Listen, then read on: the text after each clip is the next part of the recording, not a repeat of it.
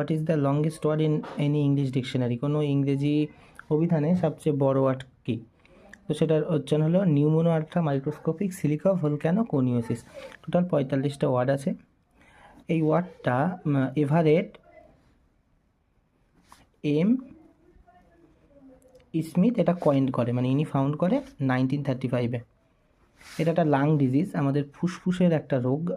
Volcano অর্থাৎ অগ্নুৎপাতের সময় যে ছাইগুলো ওড়ে সেখান থেকে সেটা মানুষের লাং ফুসফুসে গিয়ে একটা রোগের সৃষ্টি করে। সেটাই হলো নিউমোনো আলট্রা মাইক্রোস্কোপিক সিলিকা ভলক্যানো কোনিওসিস। তো আমি সবার পড়ার সুবিধার্থে ভেঙে ভেঙে লিখছি। PNEUMONO নিউমোনো, ULTRA ultra, মাইক্রোস MICROS, কোপিক COPIC নিউমোনো ultra microscopic silica